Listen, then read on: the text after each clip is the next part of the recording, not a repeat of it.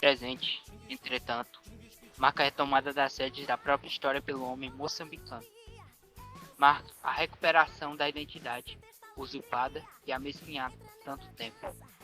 E marca, afinal, com a morte do colonizador, a morte do colonizado e a reconquista de si mesmo.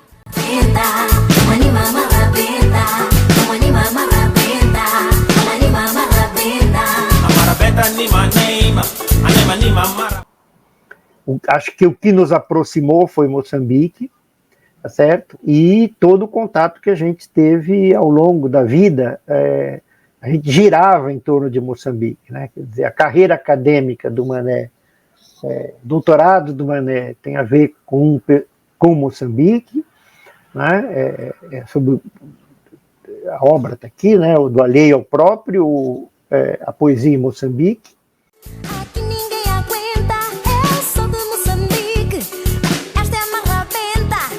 Anima marrabenta, anima marrabenta, anima marrabenta, anima marrabenta.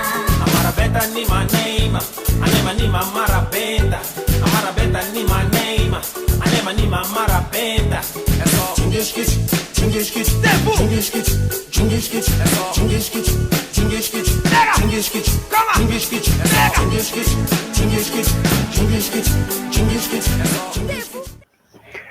Depois, uma coisa muito interessante foi a coisa também do Mané, essa coisa do franco-atirador aí, da titularidade, também foi mais ou menos a mesma coisa, que ele deu uma de franco-atirador para ir para ser o diretor do Centro de Estudos Brasileiros em Maputo, em Moçambique. Né? Quer dizer, essa ligação emocional com Moçambique, afetiva, né?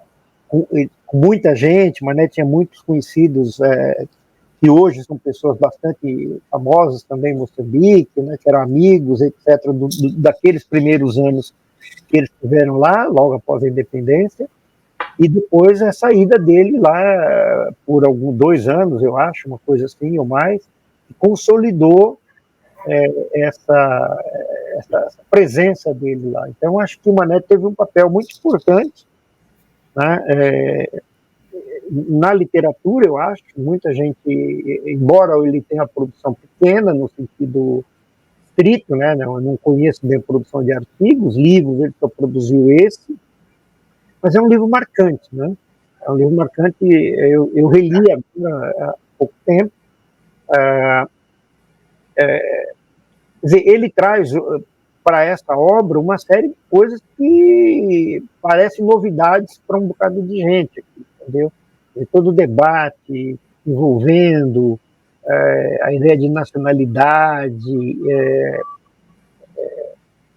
que hoje muita gente acha que tem a ver com, por exemplo, achar que estão descobrindo o Fanon agora, quer dizer, Fanon era leitura da gente nos anos 70, né? Sobretudo a partir de 74, quando o fim do 25 de abril, o fim da ditadura lá, ele foi bastante reeditado. Aqui já tinha uma edição dele, antiga também, de 65, do Pele Negras, Máscaras Brancas, mas a produção veio muito mais, e do Amílcar Cabral também. Então é muito interessante, porque o Mané interpreta o fenômeno da literatura, da poesia em Moçambique, a partir dessa interlocução com o Mário Pinto de Andrade, sobretudo, com o Amílcar Cabral, como ele pensa a ideia de uma literatura ou de uma poesia nacional, a ideia de cultura, né? E, claramente, com Fanon. Né? Há várias citações, várias coisas que eu acho que foi vanguarda. Eu não sou muito dessa área, mas eu acho que foi vanguarda, entendeu? Nos estudos culturais, nesses estudos sobre literatura e sobre poesia em Moçambique. É um livro que eu acho que a gente tinha que dar um jeito de digitalizar, ou de fazer alguma coisa, se for o caso de falar com com a UFG, ou com a UFBA, ou com a EDUSP, eu não sei se precisa disso ou não, mas era um livro que a gente precisava disponibilizar online, porque eu acho que ele é útil, não só para brasileiros, etc., que queiram estudar Moçambique, literatura moçambicana, tem muita produção sobre isso já no Brasil, talvez a área que mais tenha produção sobre a África, sobre as antigas colônias portuguesas, PALOP, é a área de literatura, e tem muitíssima coisa sobre literatura moçambicana. Alguma coisa boa, outra coisa, como o Mané ia fazer aquele olhar assim, de olhar assim, meu Deus, nem vou comentar. Né? Então é a mesma coisa isso. Ele fala, virava a cabeça assim de lado, passava a mão aqui atrás do pescoço. Vamos mudar de assunto. Vamos tomar uma. Deixa então, eu trazer uma pergunta de Mona Lisa para voltar. Peraí, então eu acho que... Olá, Zampa. Muito obrigada por participar desse projeto em homenagem ao nosso grande amigo, ao Mané. E como esse é um projeto de extensão também voltado para o público extramuros da universidade, queria que você explicasse um pouco para a gente o título da obra do Mané, Do Alheio ao Próprio. Muito obrigada, um beijo. Tornar esse livro público vai contribuir para essa fortuna crítica sobre a literatura, sobretudo sobre a poesia moçambicana, mas não só. Embora ele tome como centro a análise a poesia, ele está pensando a produção cultural de um país que rompe com o passado. Né? O título não podia ser mais próprio, né? Quer dizer, do alheio ao próprio, ou seja, de uma poesia, de uma produção cultural que estava fortemente centrada ainda na perspectiva colonialista para uma perspectiva nacional, uma perspectiva moçambicana. Né? Tá aí, acho que a explicação é essa, né? Quer dizer, a obra é claramente um exercício de compreender como passa de uma literatura, de uma perspectiva que vem na perspectiva de uma literatura colonizada, e mesmo produzida mesmo por moçambicanos, mas produzida numa perspectiva eurocêntrica, em que Moçambique em si não aparece senão como algo exótico. Né? A ideia da terra exótica, dos animais, dos seres humanos, né, exóticos, para uma literatura que reivindica o ser e o ter consciência desse ser que não é o outro. Né? Por isso que esse rompimento, que na verdade não é um rompimento, mas uma passagem, né? Você vê que o título não é do alheio, o alheio contra o próprio, nem o próprio contra o alheio, mas do alheio ao próprio, ou seja, uma transição aí nessa produção da literatura e da consciência nacional, e eu acho que esses autores, e a Mona Lisa está muito mais competente do que eu para falar sobre isso, esses autores que ele dialoga criticamente, por exemplo, com Alfredo Margarido, ele tem umas perrengues com Margarido, etc., mas eram pessoas que pensavam a partir de dentro, o próprio Margarido, né, bastante referenciado, bastante lido ainda era lá naqueles anos, em Moçambique também, e, sobretudo, esses três nomes, sobretudo Fanon e Mário de Andrade, Mário Pinto de Andrade e o Cabral. Acho que esses nomes marcam bastante uma perspectiva analítica, né, de nação, de cultura e de identidade na obra do Mané. Mas você me perguntou, quando você começou, você perguntou se ia me chamar de Mauá, de Carcamano, ou de MacGyver ou de Zampa, né? Então, o Mauá, eu conheci o Mané e ele me conheceu, e eles até hoje me chamam de Mauá, quer dizer, Maria do Carmo continua me chamando de Mauá, pelo fato de que quando eu entrei na USP eu morava em Mauá, aí no ABC em São Paulo. E naquela época, se hoje já é longe, naquela época era o fim do mundo, né? Porque eu caminhava 20 minutos, meia hora de casa para pegar um trem, pegava um trem e ia até, na estação de Mauá, ia até a estação do Brás, e no Brás pegava um ônibus, que era o chamado Cidade Universitária, que era o 828, ou 824, entendeu? Que era uma linha assim, infinita, que ia passando por tudo quanto é lugar até chegar na USP. Então, da minha casa na USP eram no mínimo 5 horas. Eita. Então, o curso de História era à tarde e à noite. Então, mas quer dizer, tinha à tarde e noite, eram 2 cursos, né? Mas eu tinha que sair de manhã para poder chegar à tarde. Depois, quando eu comecei, 2 anos depois, eu mudei para mais perto, mas não, nos anos anteriores ainda, quer dizer, eu comecei a fazer à noite para poder ter algum trampo durante o dia, para ganhar a vida, né? Porque minha família não tinha como sustentar. Então, eu saía da USP 10 e tanto da noite e ia chegar em Mauá 1h da manhã, 1h30, entendeu?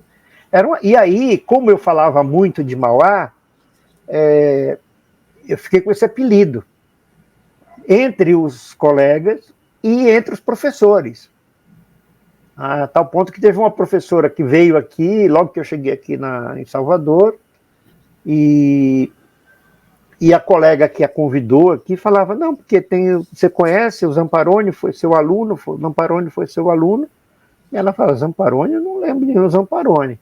Aí a hora que ela me viu, que eu vi, fui chegar na palestra que eu vi, de lá ela falou, ô Mauá, ou seja, quer dizer, esse ficou.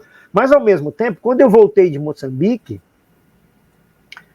o pessoal em São Paulo e mesmo os colegas da USP, chamavam porque eu falava tanto de Moçambique, que também fiquei com esse apelido. Moçambique. É o Moçambique, o Moçamba, entendeu? E eu acho que eu sou uma pessoa fácil para ter apelido.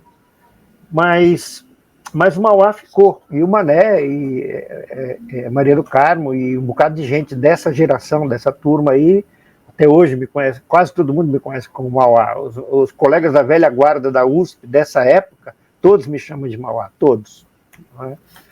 E o Carcamano é uma provocação barata do Mané, só porque o sobrenome é Zamparoni. Eu nunca chamei ele. Mas, enfim, ele ficava me provocando, mas sabe, eu aceito provocação mesmo, então.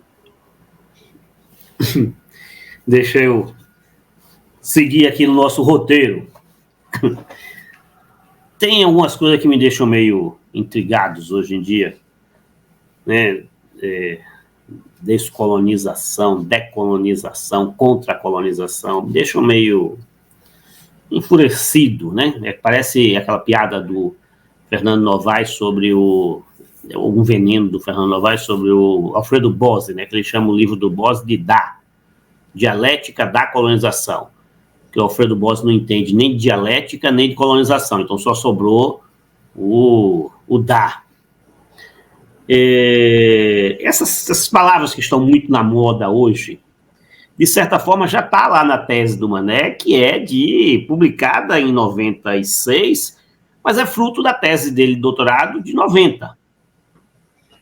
Né? Ou seja, é um texto de 34 anos atrás, no mínimo, né? Porque quando defende, ele já tinha escrito isso, já tinha vivido Moçambique, já tinha escrito isso talvez antes. Você lembra ou participou desse processo de escrita da tese? Primeira pergunta, essa, deixa eu só complementar. Primeira coisa isso e outra em um trecho na página 47, ele vai dizer, a tônica no exógeno leva à subestimação das forças internas, sempre segundo a lição de Schwartz, contribuindo para uma visão deformadora. Provavelmente ele está pensando em as ideias fora do lugar, embora não, mas o Schwartz que ele está falando aí não é esse brasileiro. O senador. É o Stuart? Não, ele está falando do Alf Schwartz. Ah, é verdade. Tá? É um cara que escreve sobre o livro dele, está até na nota de rodapé aí. Colonialistas, Africanistas e Africanos. e africanos. É um livro antigo, né, que eu li também. Há uma literatura aqui. Eu não li a nota. Há uma literatura aqui que passa, que a gente leu para coisas diferentes, mas é a mesma literatura. Então, o que o Mané leu, eu também li, praticamente, entendeu? Eram coisas incontornáveis. Vou voltar àquilo que você está falando das modas, do D, não sei o quê. É um problema assim. Não é descolonial, é decolonial, e cria uma teoria interpretativa em cima disso, baseado em 3 ou 4 pessoas, e parece que o grande mito desse grupo é o Fanon. E isso que eu acho muito estranho, porque essa gente se arvora como se eles tivessem descoberto o Fanon, como se o Fanon não fosse uma onipresença, tá certo? Em todo a fortuna crítica de caráter anticolonialista e marxista e anticolonialista, não estritamente marxista, stalinista ou dogmático, não necessariamente alinhados com o socialismo realmente existente, como se chamava na época, mas com quem tinha uma perspectiva anticolonialista. Todo mundo leu o Fanon, sabe? Quer dizer, se lia o Fanon, como eu disse, quer dizer, e era uma preocupação que não é uma preocupação dos anos, nem sequer dos anos 80, quer dizer, acho que a primeira edição do Fanon está aqui em 1960 e pouco, tá certo? Quer dizer, está produzindo e logo em seguida está seguindo. Ou seja, aqui no Brasil havia uma esquerda anticolonial.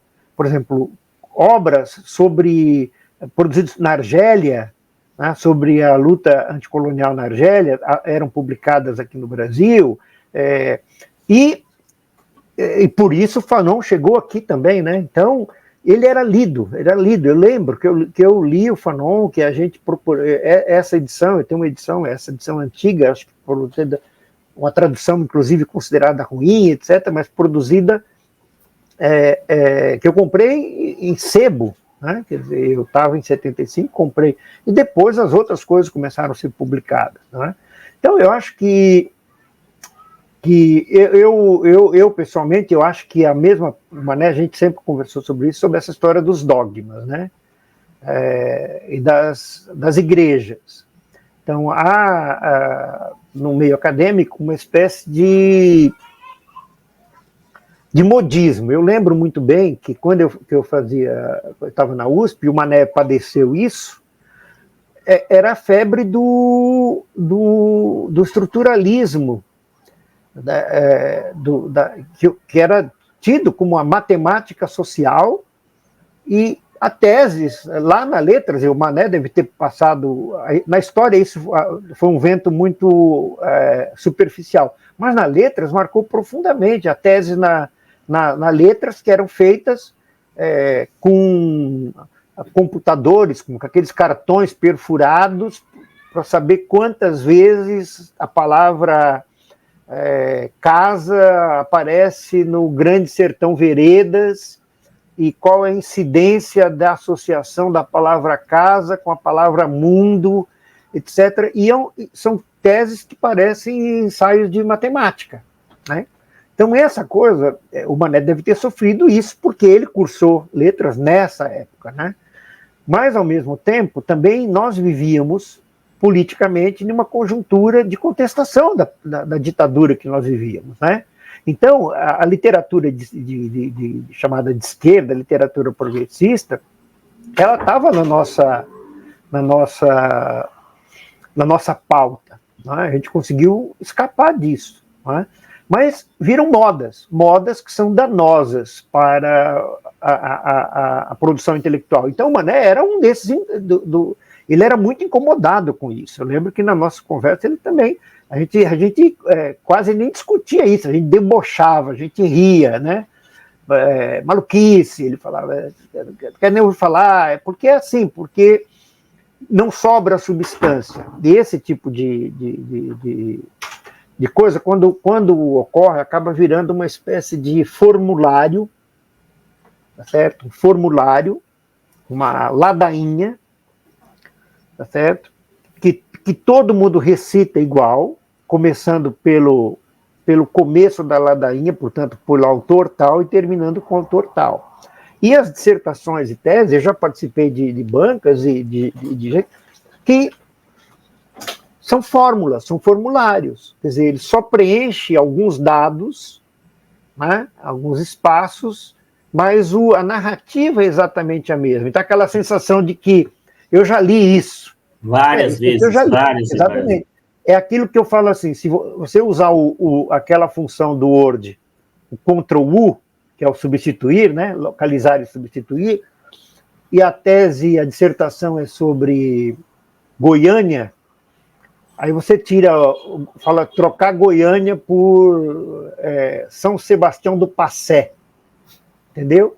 E a dissertação continua fazendo sentido na mesma, porque o real não importa, a interpretação das coisas não importa, o importante é essa narrativa bonita, etc, etc, né?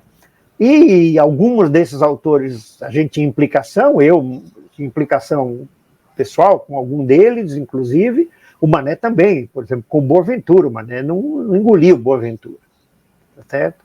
Achava que era papagaiada mesmo, e uma narrativa, e uma vez eu falei que eu achava que era uma espécie de neo-russonianismo, e o Mané concordava, pelo menos eu lembro disso, tomando cachaça lá na casa em Goiânia, a gente estava discutindo esse assunto. Na verdade, eu na rede, lá naquele galpão, naquele quiosquezinho, e ele sentado numa cadeira de frente de costa para a biblioteca dele ali naquela separada. Então, eu acho que é isso, as coisas da novidade está por aí, né? Nessas modas. O título de um dos capítulos do livro vai se chamar Negro de Todo Mundo, vírgula, o que é isto? Uhum. Né, de certa forma, né, troca univos por o que é isto. Uhum. E aí vamos fazer uma bagunça, vamos misturar panafricanismo, comunismo, Mané, MR8 e sua primeira ida para Moçambique. O que é que você poderia, das memórias do Mané, associar essas coisas? Repete aí, eu me distraí aqui. Me distraí com a dedicatória que está aqui no... Vamos misturar panafricanismo, comunismo, Mané, MR8 e Moçambique. Pois é, isso. Eu fui olhar a dedicatória hoje, o filho da puta não dedicou para mim, não, só dedicou para Mona Lisa, aquele corno. Você acha que você merece? Para Mona Lisa. Claro! Só porque eu não sou das letras? Não. Olha, você, essa última pergunta que você fez aí, Fernando, já está respondida. Você entendeu? Ou seja... Do próprio livro, né? Está respondida no livro, e está respondida o livro, o que ele está... Primeiro é essa coisa você sabe muito bem que o Mané não era ele não tinha uma perspectiva do identitarismo racial, né? Quer dizer, ele reconhece claramente, como qualquer outra pessoa minimamente sensata, significa o que é o racismo no Brasil e quais são os mecanismos de luta contra esse racismo no Brasil. Mas o Mané nunca colocou a raça, a cor dele, como algo que estivesse acima de qualquer outra consideração de caráter crítico, intelectual, pelo contrário, né? Ele, inclusive, questionava algumas desses movimentos que buscavam analisar de maneira que ele considerava um bocado simplista a complexidade do fenômeno e a complexidade da realidade brasileira envolvida. Mas isso que você acabou de falar é exatamente isso, ou seja, nós vivíamos naquele momento, desde a nossa formação lá nos anos 70,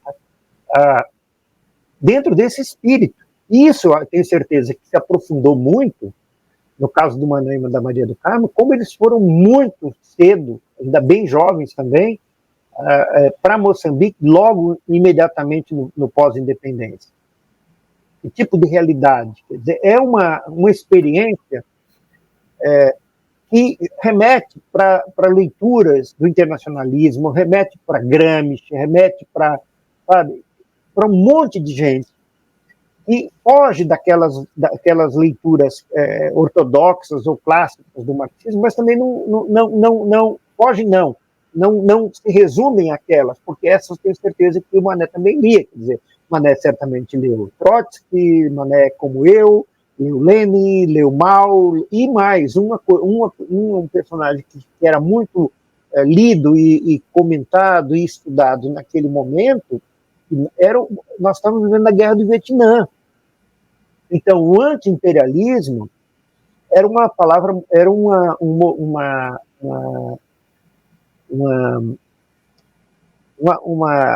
mote muito forte no movimento universitário, no movimento estudantil. Né? Havia um acordo do MEC com o ZAID, então denunciava-se, fora MEC e o ZAID, coisas assim, pichava as paredes lá dentro da USP, etc, etc. E a Guerra do Vietnã estava aí. Então, a gente começou a ler coisas do Giap, por exemplo, coisas do Ho Chi Minh. Então, essa gente acho que criou essa perspectiva de um internacionalismo que se faz de perspectiva anti-imperialista, mas não de uma identidade que tem a ver com a ideia dos oprimidos, com a ideia dos sufocados. E o fato deles terem ido para Moçambique nessa conjuntura, logo em seguida, nesse momento, que eles foram em 70 e pouco, 77, salvo erro, 2 anos depois da independência, em que essas coisas estavam na pauta, que é o internacionalismo, que é a ideia de libertação. Essa era uma coisa muito importante naquele momento. Não era independência, não era autonomia ou independência, mas sim libertação. Então, libertação pressupunha a construção de uma outra sociedade que rompesse com os valores da sociedade capitalista, opressora, etc, etc. Libertar corações e mentes. Então, acho que isso teve uma coisa importante que eu acho que reflete, que a obra do Mané segue nessa trilha, obviamente que não de uma linguagem militante como essa, mas é muito sutil na escrita, né? Às vezes eu até achei que ele podia ser um pouco mais prolongar, né, ou ser mais explícito, ou mais duro em algumas afirmações, mas a obra dele reflete essa trajetória. Eu acho que não há se é uma pessoa.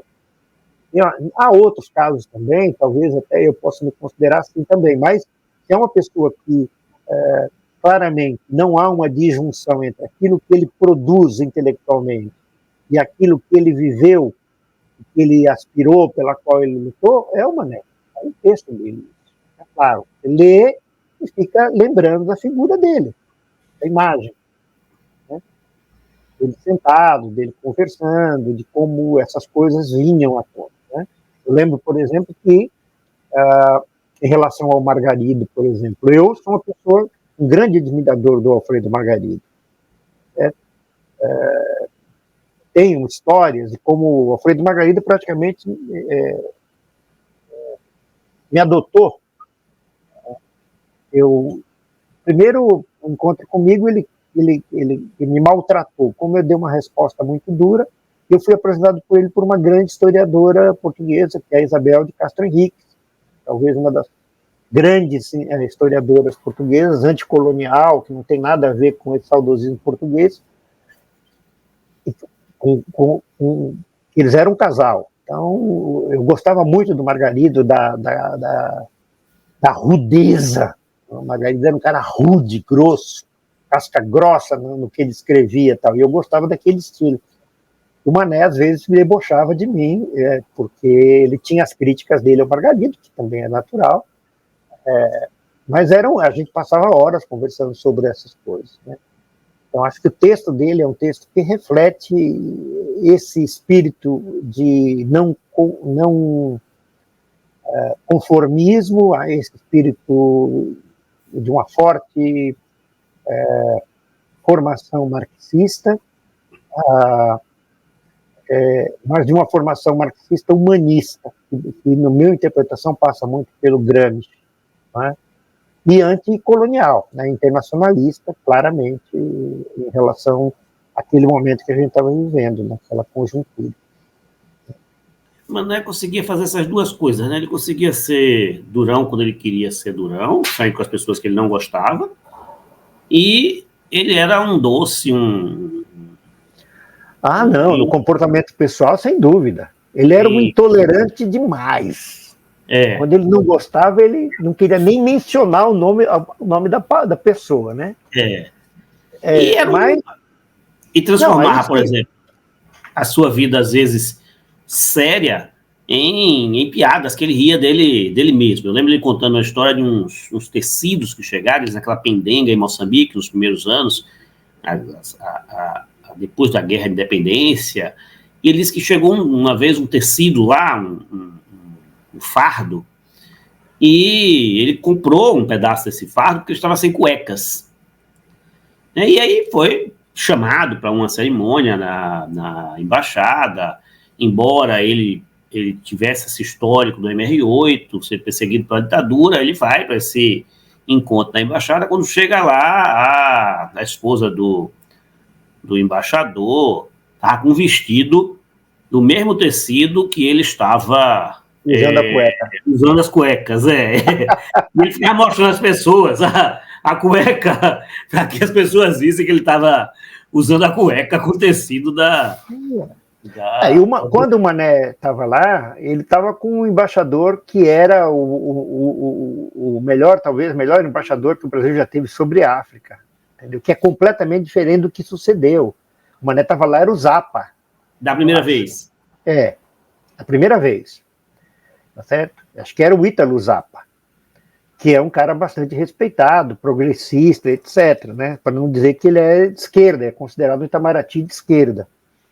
Eu acho que foi nessa época que quando o Mané foi, estava o Zappa. Depois, quando eu fui, aí era um cara completamente ligado à ditadura, e a gente teve, nos anos que eu tive lá, a comunidade brasileira, vários entreveros com o pessoal da embaixada, e eu tive pessoalmente com ele, enfim, festa do 7 de setembro, como agora, toda embaixada publicava no jornal, e essa coisa do Dia Nacional, convidava para não sei o quê. E eu lembro que a comunidade brasileira, que era de esquerda e quase toda ela perseguida, exilados, né, se articulava para não ir, boicotar. E eu lembro que eu fiz uma defesa da gente ir mesmo, entendeu? E em peso, para constranger os caras, e tomar os uísque todos que estavam com o nosso dinheiro. Por causa dessa história do uísque, teve até uma briga, que numa certa tanta lá, o embaixador, acho que mandou os seus bate-pau lá, parar de servir a gente, entendeu? De bebida. E deu briga de porrada, entendeu? Com o pessoal da embaixada, entendeu? Mas, enfim, é assim, quer dizer, nós tínhamos essa coisa do internacionalismo, né? Muita da comunidade brasileira, a gente, não era o caso, tinha sido o caso do Mané, que não foi exilado no Chile, não foi exilado, mas muita gente que estava em Moçambique nesse momento que o Mané estava lá e no momento que eu estava, era gente que tinha militado em organizações de esquerda aqui e que tinham fugido, ou muitos tinham se exilado no Chile, depois com o golpe do Allende, alguns foram para a Europa e muitas vezes da Europa foram para Moçambique, né? É curioso que muitos poucos foram para Angola depois disso, a maioria foi para Moçambique.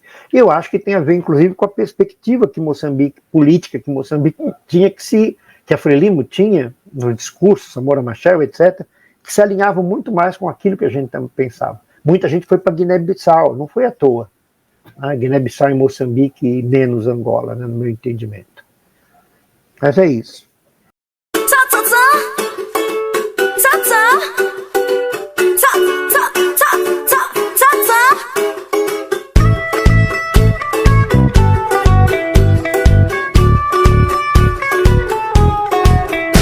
É só Jungle Skit,